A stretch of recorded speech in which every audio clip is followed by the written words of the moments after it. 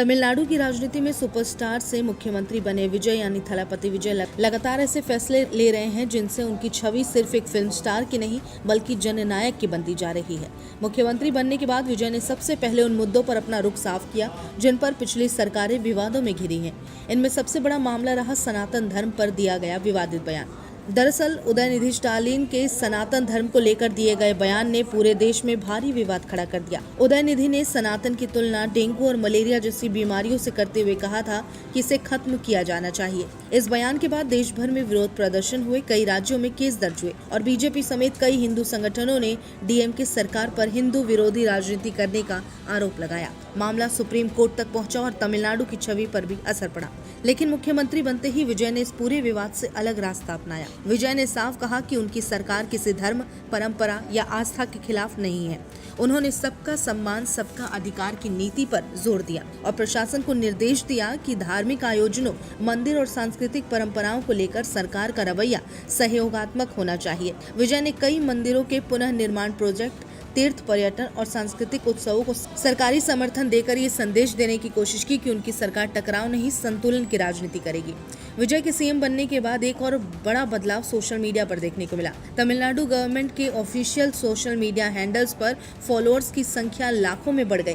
वजह साफ थी, विजय की जबरदस्त फैन फॉलोइंग। पहले जहां सरकारी पोस्ट को सीमित पहुंच मिलती थी, वहीं अब मुख्यमंत्री कार्यालय के वीडियो, योजनाओं की घोषणाएं और सरकारी अपडेट्स करोड़ों व्यूज तक पहुंचने लगे हैं। राजनीतिक विशेषज्ञों का कहना है कि विजय ने अपने स्टारडम को सीधे गवर्नेंस बॉन्डिंग में बदल दिया। जनता के बीच विजय की लोकप्रियता सिर्फ इमेज तक सीमित नहीं रही।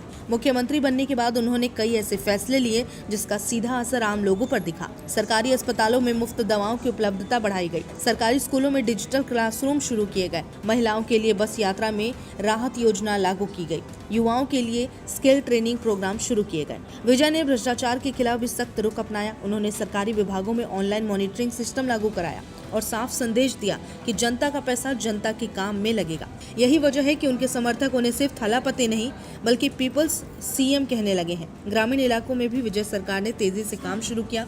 किसानों के लिए बिजली सब्सिडी, सिंचाई योजना, गांवों में हेल्थ कैंप लगाए गए। कई जगहों पर बंद पड़ी परियोजनाओं को दोबारा शुरू किया गया। विजय खुद अचानक सरकारी अस्पतालों, स्कूलों और राहत शिविरों का निरीक्षण करते नजर आए, जिससे उनकी ग्राउंड कनेक्ट नेता वाली छवि मजबूत हुई। राजनीतिक जानकार मानते हैं कि विजय ने तमिलनाडु की राजनीति में स्टार पावर को पब्लिक सर्विस से जोड़ने की कोशिश की। यही कारण है कि उनकी हर गतिविधि सोशल मीडिया पर वायरल हो रही है और युवा वर्ग तेजी से उनके साथ जुड़ता दिख रहा है। अब सवाल यह है कि क्या विजय अपनी इसी लोकप्रियता को लंबे समय तक राजनीतिक भरोसे में बदल पाएंगे या फिर ये करिश्मा सिर्फ शुरुआती उत्साह तक सीमित रहेगा।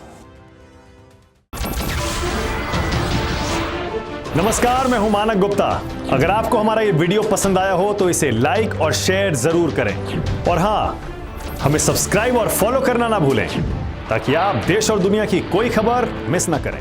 तो जुड़े रहिए हमारे साथ और देखते रहिए न्यूज़ 24।